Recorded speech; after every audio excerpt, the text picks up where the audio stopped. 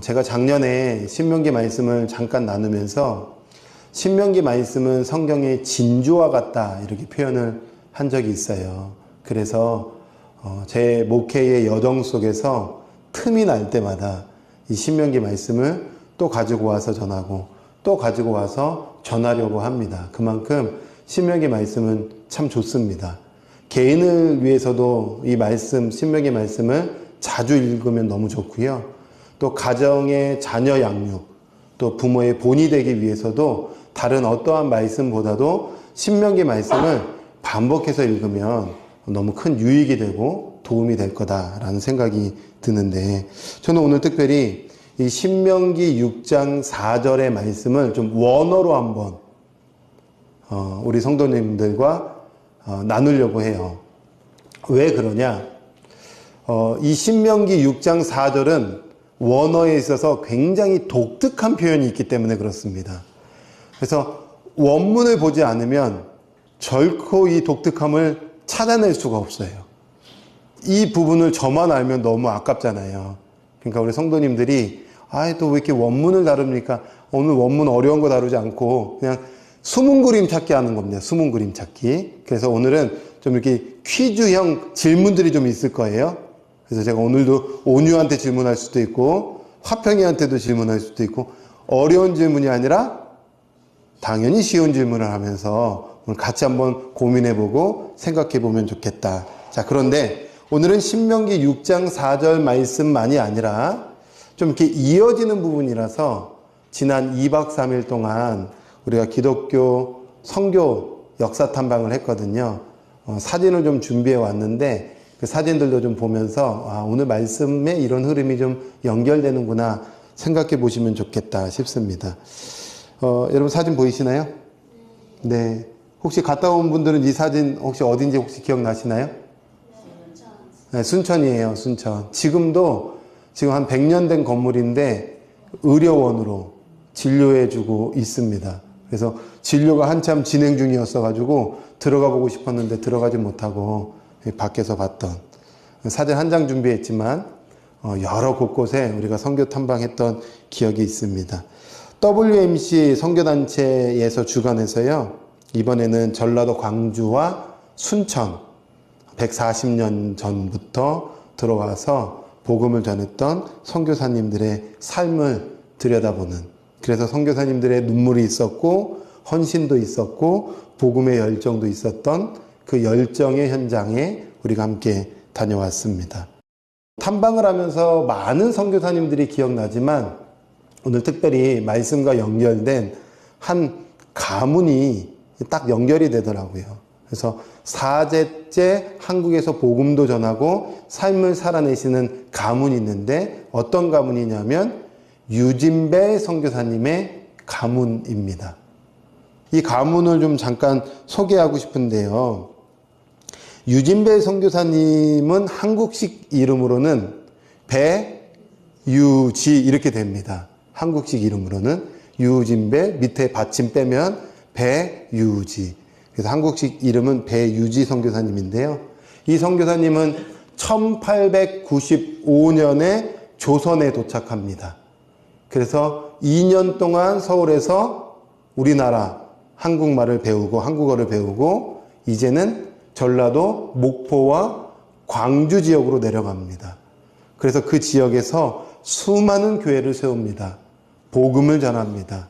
특별히 학교를 잘 세웁니다. 정명학교, 영흥학교, 광주의 숭일학교, 우리가 다녀왔던 수피아 여학교 지금도 있어요. 그리고 광주 기독병원을 설립하는데 혁혁한 도움을 줍니다. 그리고 57세까지 살다가 예수 그리스도의 생명, 복음을 전하는 증인으로, 무엇으로요? 증인으로 살다가 삶을 마감하죠. 이 선교사님이 여기서 삶을 끝낸 것이 아니라 이제는 후손들도 이어서 조선에서 복음을 전하는데요. 특별히 둘째 딸 샬롯 벨이라는 딸이 있었어요. 근데 이 딸이요, 조선에 청년으로 선교하러 온 친구가 있었는데 그분이 누구냐면 윌리엄 린턴 선교사입니다. 윌리엄 린턴 선교사님과 유진벨 선교사님의 둘째 딸과 결혼했죠. 그래서 조선의 선교 사역을 계속 2대째 이어갑니다. 이 윌리엄 린턴 선교사님도 한국식 이름을 짓게 돼요. 어떻게 짓냐면 린턴 해서 인돈 선교사님 이름을 짓고요. 이분도 40여 년 동안 조선에 많은 학교를 세우고 복음을 증거해요. 전주의 기전여고, 신흥고, 대전의 한남대학교 설립에 도움을 주고 일생 동안 예수가 그리스도입니다. 예수님이 생명입니다. 영생을 소유해야 됩니다. 라고 복음을 증거하는 증인으로 살아갑니다. 뭐로 살아갔다고요? 네, 증인. 강조하는 것은 이유가 있겠죠. 자, 린턴 선교사님, 그러니까 인돈 선교사님도요, 사명을 잘 마치고 또 바톤을 잇습니다. 자녀가요. 어떤 자녀가 이제 바톤을 또 잇냐면요, 인돈 선교사님의 셋째 아들 휴 린턴, 한국식 이름으로는 인휴 선교사님이요, 한국에서 태어납니다. 한국에서 자랍니다. 그리고 미국으로 갑니다. 미국에서 대학교까지 공부를 마치고 1953년도에 다시 조선, 그러니까 대한민국으로 옵니다. 그리고 어느 지역에 머무르냐면 순천에 머무르게 됩니다. 순천에서 약 200여 개의 교회를 세웁니다. 전라도 지역에. 그리고 섬 지역에. 어마어마하죠. 그리고 이분도 한국에서 생을 마감하면서 예수가 그리스도입니다. 이분을 믿어야 영생을 얻습니다라고 증인의 삶을 삽니다. 어떤 삶이요? 예, 증인이죠. 자, 인휴 선교사님의 자녀들이 또 여전히 한국에서 머물면서 사역을 하시고 삶을 살아내시는 자녀들이 있어요. 둘째 아들과 막내 아들입니다. 둘째 아들 이름은 스티븐 린턴, 한국식 이름은 인세반 선교사님이죠. 이분은 유진벨 재단을 세웠어요. 그리고 이제 북한의 눈을 돌립니다. 그 북한의 결핵 아이들을 진단해주고 또 집중치료해주고 약을 보내주는 그런 재단을 설립하고 사역을 지금도 진행하고 계세요. 그래서 아마 사진이 조금 이제 컬러로 바뀌었죠? 살아계신다. 이렇게 생각하시면 돼요. 막내 아들도 있어요. 막내 아들은 아마 아실 것 같아요. 존 린턴. 한국식 이름은 인요한. 보셨죠? 지금 이제 정치 활동을 하고 계시지만, 이제 의학 박사로 의사 생활을 하셨고, 최초의 한국형 앰뷸런스를 만들어서 보급했던 아주 훌륭한 분이시죠. 이렇게 유진벨 선교사님의 가문이 4대째 한국에 머물면서 복음을 증거하고 있습니다. 왜 이렇게 4대째 가문이 한국에 머물면서 복음을 전할까? 그것은 내 안에 생명이 있었기 때문이에요. 그래서 증인으로 살기로 결심했던 거죠. 영원한 생명의 기쁨을 나만 소유할 수 없기 때문에 이 생명의 충만을 흘려보낸 겁니다. 그래서 어떻게 하면 이 생명을 줄 수 있을까? 미국에는 수많은 교회가 있으니까, 수많은 그리스도인들이 있으니까 시선을 세계로 돌렸더니요, 저기 척박하고 가난하고 어둡고 또 묶인 가운데 있었던 조선이 보인 거예요. 그래서 일생 살아가는 동안 이 생명 저 조선 땅에 전해야 되겠다 해서 유진벨 선교사님이 들어와서 이 가문이 복음을 전하고 있었던 겁니다. 제가 첫째 날 선교 탐방을 마치고 가이드 해주셨던 목사님한테 질문을 해봤어요. 목사님은 지금 이 전라도 광주와 순천에 이미 탐방을 했는데 수많은 선교사님들을 보셨을 텐데 어떤 선교사님이 가장 가슴에 울림으로 다가왔어요? 어떤 선교사님이세요? 라고 물어보니까 목사님이 1초의 망설임 없이 저는 서서평 선교사님이 울림으로 가슴으로 남아 있습니다. 이렇게 대답을 해주셨어요. 서서평 선교사님도요, 삶을 살아보니까 1살 땐가요? 버림을 받고 이제 고아처럼 자라다가 미국으로 넘어가서 엄마를 이제 만났고, 그리고 그곳에서 복음을 경험해서 이 생명의 기쁨을 가지고 눈을 돌렸더니 조선이 보이더라.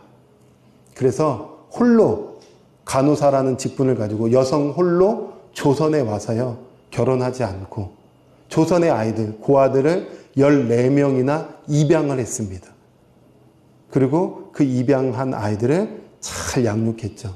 그 중에 한 아이, 여아이가 결혼해서 자녀를 낳았는데 한국의 복음의 4인방으로 불리는 홍정길 목사님이 이제 목회자의 길을 걷게 된 거죠. 여러분, 이 서서평 선교사님이요, 조선을 사랑했어요. 그래서 얼굴은 외국인이지만 조선인처럼 살아났어요. 그러면서 마지막 생을 마감할 때에 아무것도 남기지 않고 아무것도 소유하지 않고 하나님의 품에 안기게 되었는데, 침상에, 침대에 한 문구가 적혀져 있었네요. 직접 적었겠죠. 이렇게 적혀져 있는 거예요. 뭐라고 적혀 있을까요? 성공이 아닌 섬김이다. 여러분 생각해 보세요. 저도 깜짝 놀랐어요. 광주의 선교사님들의 그 묘를 보니까요, 많은 선교사님들의 직업이 의사였더라고요.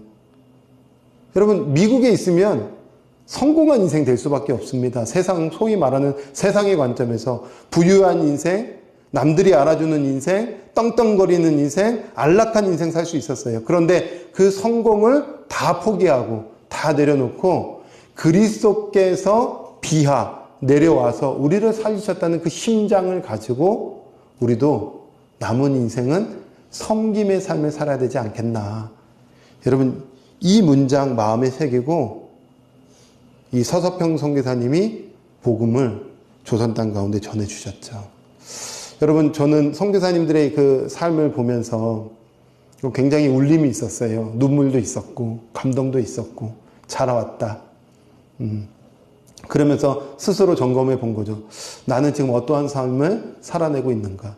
많은 선교사님들이요, 40대 중반에 돌아가셨더라고요. 근데 지금 제가 40대 중반이거든요. 난 지금 어떠한 길을 걷고 있는가. 여러분 어떠세요? 여러분 지금 어떠한 인생을 살고 계세요? 여러분 어떠한 삶을 마감하고 싶으세요? 여러분의 후손들은 어떤 삶을 이 땅에서 살다가 삶을 마감하기를 원하세요? 여러분, 하나님은 이 땅 가운데 여러분의 한 인생을 허락해 주셨는데 어떤 삶을 살다가 주님 품에 안기를 원하고 계실까요?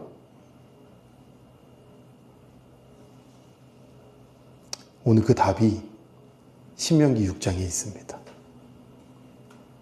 여러분, 신명기 6장 이 말씀은 굉장히 중요한 말씀입니다. 이게 답입니다. 여러분, 이 답을 우리가 한번 듣기 전에 제가 사진 한 장을 좀 준비해 왔어요. 이제 말씀 속으로 들어가 보려고 하는데요. 여러분, 사진 보면 참 독특하죠? 독특한 복장을 하고 있어요. 어떤 부분이 좀 독특한가요?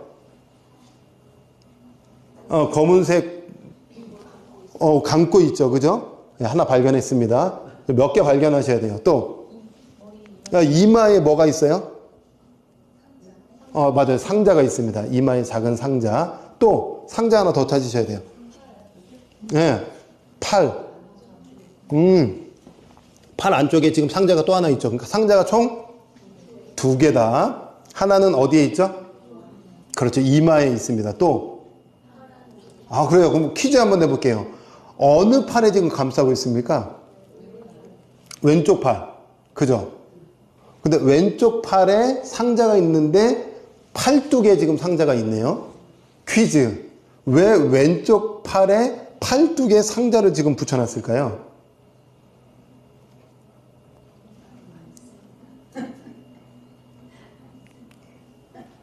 퀴즈입니다. 맞아요. 정답. 잘 찍었어요. 어디랑 가깝다고요? 심장이랑 가까이 붙여놨습니다. 심장이랑. 자, 이제 두 번째 또 퀴즈입니다. 오늘은 뭐 제가 많이 적어왔지만 그냥 퀴즈로 한번 가볼게요. 왜보다는 상자는 뭘까요? 상자 안에 뭐가 있을까요? 말씀이 있습니다. 좋습니다. 자, 말씀이 있는데 말씀은 총 몇 개가 들어가 있을까요? 4개. 맞아요. 4개가 들어가 있습니다. 어떻게 이렇게 잘하세요? 네. 그 4개 중에 한 말씀이 어떤 말씀일까요? 신명기. 맞아요. 신명기 말씀입니다. 오늘 말씀이에요. 이 작은 상자 안에 몇 개의 말씀이 들어가 있다고요? 화평이 몇 개요? 4개. 그 중에 한 말씀이 오늘의 말씀입니다. 자, 이제 말씀이 들어갔구나 라는 것을 이제 이해하셨죠? 자, 그럼 말씀이 있는 상자, 2개의 상자가 왜 이마에 있고 왜 왼쪽 팔뚝에 있을까요? 마음에 새기고 요게는 뭔데요? 자, 이마가 상징하는 게 아마 있을 겁니다. 그렇죠. 그러면은 이마에 말씀이 지금 붙여 있다는 것은 생각이 뭘로 꽉 차야 돼요? 그렇죠. 말씀으로. 그리고 왼쪽 팔 가까이에 심장이 있네요.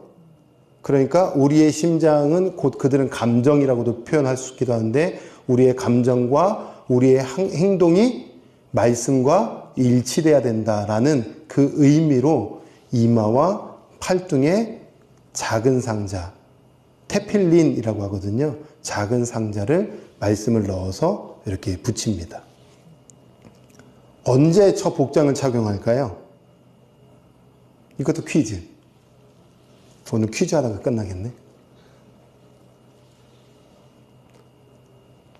이 복장은 매일 아침마다 합니다. 매일 아침마다. 언제요? 아침마다 기도 시간에. 뭐 또 꼭 굳이 저렇게까지 해야 됩니까? 아니요. 저들은 저것을 의식적으로 하고 있는 겁니다. 저게 뭐 능력이 있어서 하는 게 아니라 기억하면서 아침마다 팔뚝에, 이마에 테필린 저걸 붙이고 하나님 앞에 기도하는 겁니다. 기도할 때 반드시 하는 것이 있는데 신명기 6장의 이 말씀을 암송합니다. 암송. 어른도 암송하고 자녀들도 암송하고. 그러니까 이제 우리 겸손히 온유 화평이는 이제 오늘 이후로 이 6장 4절 5절 말씀은 원래 9절까지겠지만 4절 5절 말씀을 암송해야 돼요. 암송. 자, 말씀을 다시 한번 아까 말씀을 한번 띄워주시겠어요? 자, 4절 5절 말씀은 암송한다는 마음으로 한 번 더 읽어볼까요? 읽습니다. 시작. 이스라엘아 들으라. 우리 하나님 여호와는 오직 유일한 여호와시니 너는 마음을 다하고 뜻을 다하고 힘을 다하여 내 하나님 여호와를 사랑하라. 아멘. 이것을 일생에 암송했던 거예요. 암송. 여러분 이제 매일 암송하십시오. 하나님께서 이거 매일 암송하라고 주신 겁니다. 매일 암송. 저는 그런데 특별히 숨은 비밀 이야기를 하나 이제 들려드리려고 하는데요. 4절 말씀에 보면 이 헬라 히브리어로 이렇게 되어 있습니다. 이렇게 되어 있습니다. 이렇게. 자, 근데 이 말씀에 뭔가 좀 독특하거나 좀 특별해 보이는 거 찾으셨어요? 히브리어만 보세요. 다른 건 다 몰라도 돼요. 히브리어만 보면. 뭔가 좀 달라 보이는 게 있나요? 그렇죠. 뭔가 지금 글자 크기가 다르죠. 네. 맨 앞에 있는 글자와 맨 뒤에 있는 글자가 지금 두 글자가 크죠. 왜 클까요? 그렇죠. 강조하기 위해서입니다. 강조. 자, 그러면은 이제 이 히브리어 성경을 기록하는 학자들은 다 다른 부분이 아니라, 이거 제가 다 찾아봤는데 딱 이 6장 4절에 여기만 글자가 딱 2개가 커요. 네.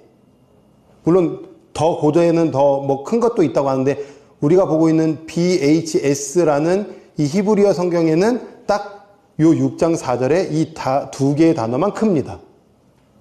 강조하고 있다는 거예요. 뭘 강조하냐?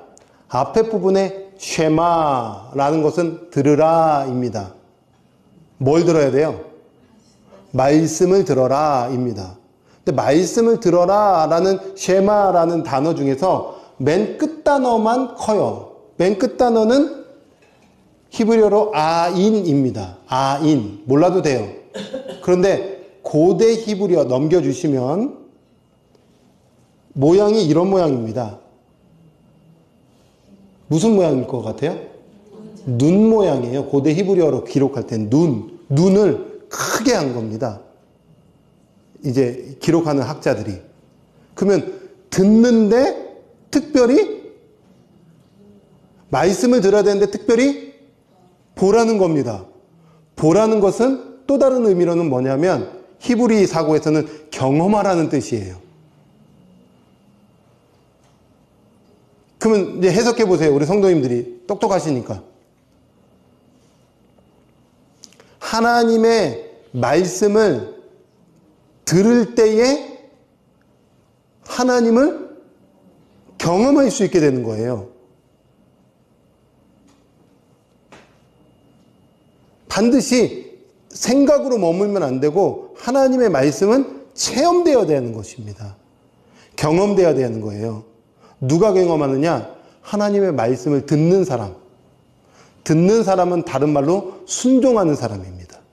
또 다른 뜻으로는요. 반드시 하나님의 말씀을 듣고 하나님의 말씀을 순종할 때에 우리는 누구를 경험하게 될까요? 하나님을 경험할 수 있는 거예요. 성령님을 경험할 수 있는 거예요. 예수 그리스도를 경험할 수 있는 것입니다. 그래서 하나님께서 아주 중요하게 이스라엘 백성들에게 새기고 싶은 것은 뭐냐면 제발 이 말씀을 일상에서 듣고 순종함으로 나를 경험해라. 그래야 산다. 그래야 하나님께서 주시는 복을 누리게 된다. 이것을 강조하고 또 강조하고 싶었던 겁니다. 근데 또 다른 단어가 좀 크네요. 그죠? 아까 보셨죠? 그 단어가 뭐냐면 맨 끝에 있는 달렛이라는 히브리어입니다. 이걸 이렇게 이게 표시했는데 이 표시는 이 글자는 문이라는 글자예요. 문을 크게 만든 겁니다. 근데 이 단어 에하드라는 이 단어가 유일한이란 뜻이에요. 이스라엘아 들으라. 너희 하나님 여호와 그분은 오직 유일한 하나님이시다. 할 때에 맨 마지막에 달렛, 문이라는 글자를 크게 썼다. 근데 뜻이 뭐냐 하면요. 출입구라는 뜻이에요. 문이요. 이 문으로만 들어가야 되는 거예요. 이 문으로만. 이 문밖에 없다는 겁니다. 다른 문으로 들어가면 돼요, 안 돼요? 안 되죠. 그래서 잠깐 저를 보시겠어요? 제가 오늘 이걸 끄집어 온 게 이거예요. 요 단어랑 이 단어에서 이게 기역자잖아요. 근데 기역자를 조금 부드럽게 쓰면요. 갑자기 이 단어가 바뀌어요. 뜻이 바뀌어요. 한 번 더요.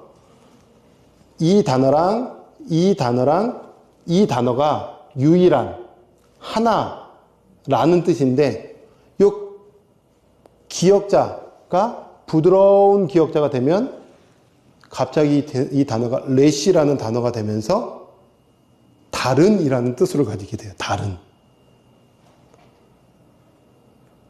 하나님을 섬겨라 이렇게 되는 거예요.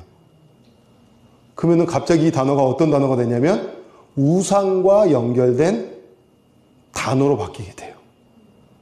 그래서 이 말씀을 기록한 학자들은 절대 이것만큼은 너희가 혼란스러워하면 안 된다 해서 굳이 크게 꺾어서 정확하게 표현하고 있는 겁니다. 왜냐하면 이스라엘 백성들이 언제든지 유일하신 하나님을 섬기는 것이 아니라 다른 신을 섬길 수 있기 때문에 바알, 아세라, 오늘날에는 돈, 수많은 신들을 우리가 언제든지 섬길 수 있기 때문에 여러분 요즘 보세요. 유튜브에 보면요. 이 점하는 어떤 유튜브 영상들이 굉장히 많이 올라와요. 그러면요. 그리스도를 믿는다고 하면서도 얼마나 혹하는지 몰라요. 나도 점 보면서 미래에 좀 뭔가 좀 이렇게 이야기를 들으면 어떨까? 이게요. 다른 신으로 계속 우리의 시선을 꽂히게 하려고 하는 겁니다. 그런데 하나님께서 이 기록자들을 통하여 오늘을 살아가는 우리에게 굉장히 중요한 큰 글자 2개를 탁 기록하면서요. 제발 일생 속에서 하나님의 말씀을 늘 듣고 늘 그 말씀을 순종함으로 경험하라는 거예요. 신앙은 경험입니다. 십자가는 경험되어져야 되는 겁니다. 얼마나 많이 아느냐가 중요한 게 아닙니다. 누가 십자가에서 그리스도와 함께 죽고 그리스도와 함께 삶으로 부활 신앙을 체험했느냐. 또 그 하나님은 여기도 하나님이고 저기도 하나님인 게 아니라 유일한 오직 구원의 문은 하나님밖에 없다는 거예요. 예수 그리스도밖에 없다는 거예요. 유일한 구원, 유일한 생명, 유일한 진리, 유일하신 분은 오직 하나님, 그 아들 예수 그리스도를 믿는 자만이, 영접하는 자만이 하나님을 경험하고 하나님의 은총을 누릴 수 있다는 것. 이마와 팔뚝이 살아내라는 거예요. 그런 사람들은 그 다음 8장, 9장에 나오는 것이 그 사람이 복이다. 그 사람에게 내가 복을 줄 거다. 라고 신명기는 복복복 이야기하는 겁니다. 말씀 어렵나요? 쉽죠. 하나님께서 기록자를 통해서 오늘을 살아가는 우리에게 굉장히 중요한 말씀을 우리에게 도전하고 있다고 생각합니다. 여러분 일생 살아가는 동안 우리 자녀들, 우리 어른들이요. 매일 아침에 이 말씀을 고백해 보세요. 오늘부터 결단해 보세요. 나는 말씀 많이 읽는 것, 요거 좀 못해도 신명기 6장 4절 5절 말씀을 매일 고백하면서 하루를 시작하겠습니다. 할 수는 있잖아요. 그죠? 그래서 다시 한번 말씀 한번 띄워봐 주시겠어요? 이제 오늘 결단하시면 내일부터 한번 고백해 보시면 돼요. 네. 뭐라고 고백하느냐? 같이 한번 고백해 보시죠. 읽습니다. 시작. 이스라엘아 들으라. 우리 하나님 여호와는 오직 유일한 여호와시니 너는 마음을 다하고 뜻을 다하고 힘을 다하여 내 하나님 여호와를 사랑하겠습니다. 그래. 그럼 내가 너의 인생 당연히 책임져 주지. 너의 후손 내가 책임져 주지. 이런 은혜가 임하는 겁니다. 큰 글자. 이제 여러분이 한번 가르치는 교사라고 생각해보고, 큰 글자가 2개가 있어요. 저거는 이렇게 Y 같은 모양인데, Y 같은 모양의 의미는 눈입니다. 그래서 눈이란 걸 크게 한 이유는 뭐예요? 하나님의 말씀을 듣고 순종함으로 경험하라는 겁니다. 한마디로 경험해라. 일생에서 하나님을 경험해라. 내일도 주님을 경험해라. 맨 마지막 단어가 유일한이라는 단어인데 맨 마지막 글자가 크네요. 이게 무슨 표시라고 그랬죠? 문. 그럼 뭐라고 설명해 주시겠어요? 주님이 유일한 통로시다. 문이시다. 다른 구원 없다. 우리 주님만 구원이시죠. 이것을 온몸으로 성취하신 분이 바로 예수님이신데요. 예수님이 오셔서 우리에게 이 말씀 주신 거예요. 요한복음 14장 6절 말씀입니다. 읽어볼까요? 같이 읽겠습니다. 시작. 예수께서 이르시되 내가 곧 길이요 진리요 생명이니 나를 알지 않고는 아버지께로 올 자가 없느니라. 예. 이것을 온몸으로 경험했던 140년 전의 선교사님들이요, 이 땅에 와서 증인으로 살아내셨다는 겁니다. 자, 그런데 제가 오늘 이 말씀을 우리 성도님들과 나누려고 하는 특별한 이야기가 또 하나가 있어요. 그것이 뭐냐면, 이 큰 글자 두 글자를, 이게 성경적이지는 않아요. 그런데 유대 문헌과 유대의 이 랍비들의 전통에 따르면 이 두 단어를 딱 붙였더니 어떤 뜻이 되냐 하면, 아까 말했던 Y, 달렛, 아인과 달렛을 붙이면 에드, 증인이라는 뜻이 됩니다.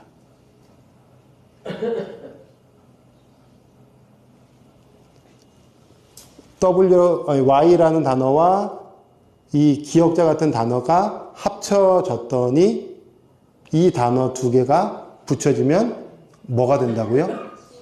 증인이 된다고요. 다른 말로 하면 증인된 삶을 살아라. 누가 증인될 수 있을까요? 나 지금부터 증인될 거야. 아니요. 말씀을 경험한 사람이에요. 예수 그리스도만 유일한 구원이시라는 것을 고백할 수 있는 사람이 증인될 수 있는 거예요. 나 지금부터 증인된다고 증인되는 게 아닙니다. 지금부터 열심히 증거해야지. 아니, 그런 거 아니에요. 진짜 예수가 그리스도이시고 유일한 구원이시고 그분만이 생명이시고 그분만이 내 인생의 왕이시고 전부라고 체험된 사람, 경험된 사람이 이제는 현장에서 증인될 수 있다는 겁니다. 애드 될 수 있다는 거예요. 그래서 140년 전에 왔던 수많은 선교사님들이요, 그냥 저기가 가면 내가 조금 더 뭔가 명예로워질 거야. 아니요. 그리스도가 통과됐기 때문에, 그리스도가 경험되어졌기 때문에 절로 증인될 수 있었던 거죠. 예수 그리스도께서 이 땅에 오셔서 제자들에게 승천하시기 전에 아주 중요한 말씀을 남기고 가세요. 그것이 사도행전 1장 8절의 말씀입니다. 이 말씀 주시고 가셨어요. 이 말씀도 같이 한번 우리 한 목소리로 읽어볼까요? 읽습니다. 시작. 오직 성령이 너에게 임하시면 너희가 권능을 받고 예루살렘과 온 유대와 사마리아와 땅 끝까지 이르러 내 증인이 되리라 하시니라. 뭐가 된다고요? 증인 된다고요. 증인 되자고요. 그런데 그냥 증인 될 수 없습니다. 누구를 받아야 돼요? 성령을 받는 겁니다. 예수 그리스도를 받는 거예요.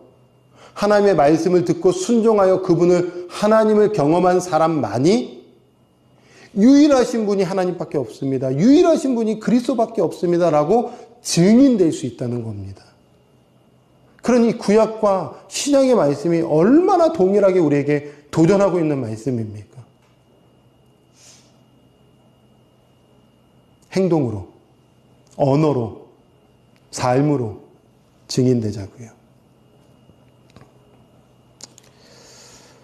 제가 기독교 역사 탐방을 마치면서 또 작은 울림이 있었던 선교사님이 계셨는데요.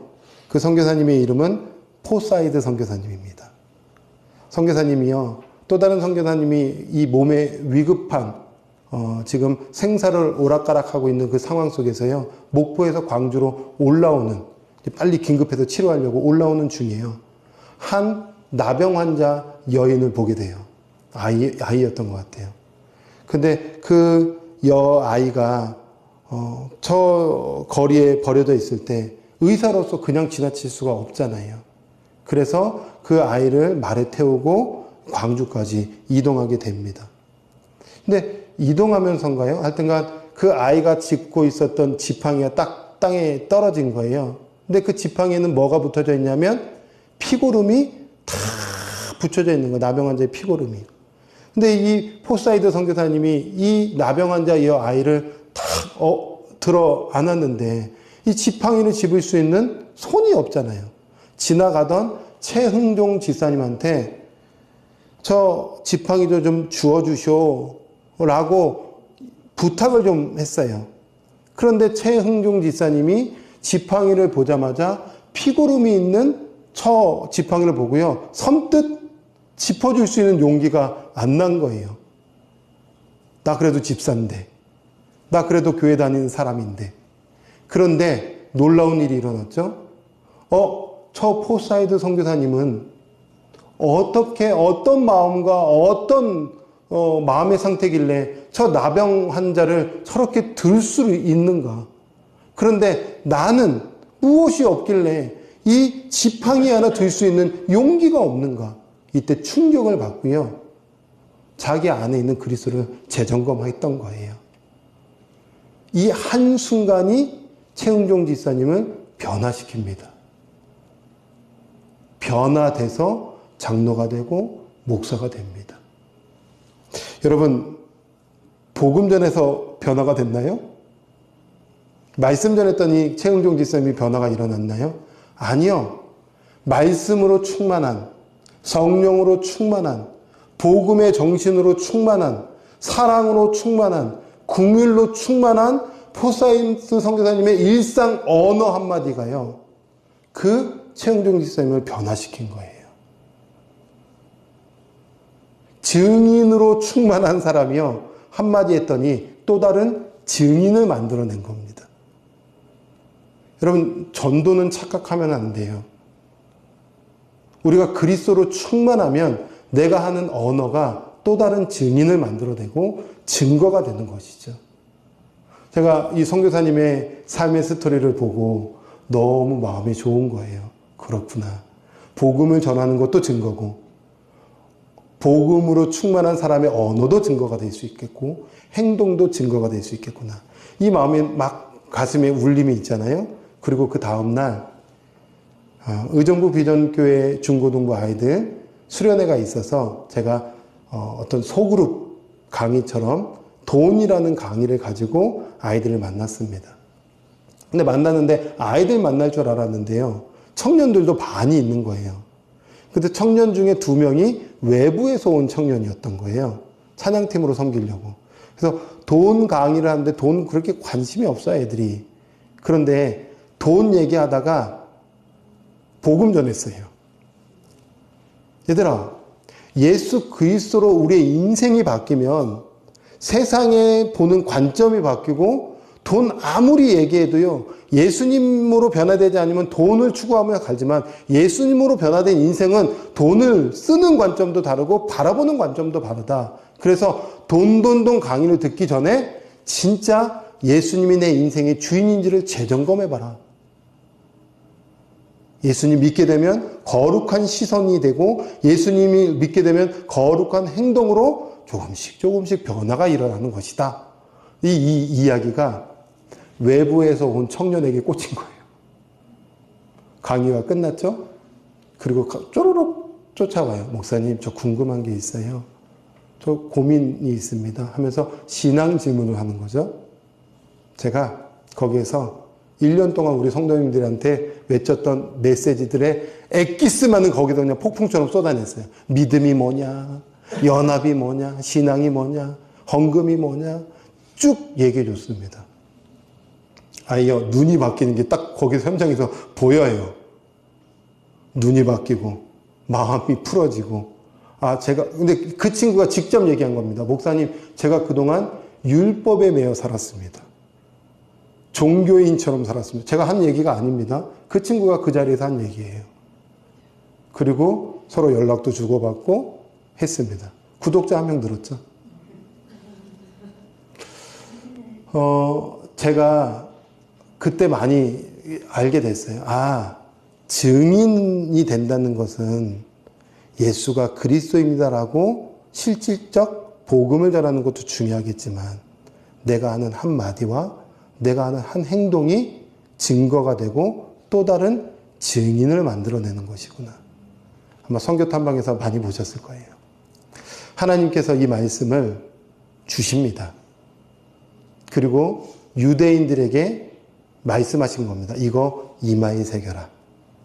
이거 팔에 새겨라. 즉 생각과 감정과 행동에 너의 모든 일상에 이것을 새겨서 증인으로 살아내라. 그 증인으로 살아냈던 사람들의 그 복음 증거로 오늘 우리가 그 복음의 기쁨을 누리는 거 아니겠습니까? 저는 이제 남은 인생도 우리 성도님들이 증인으로 살아내기를 주님의 이름으로 축원합니다. 그러려면 이 큰 두 단어, 하나님의 말씀을 매일 듣고 순종함으로 그분을 경험하고 유일하신 생명의 문이 그리스도밖에 없음을 경험함으로 삶에서 살아내는 축복이 있기를 주님의 이름으로 축원합니다.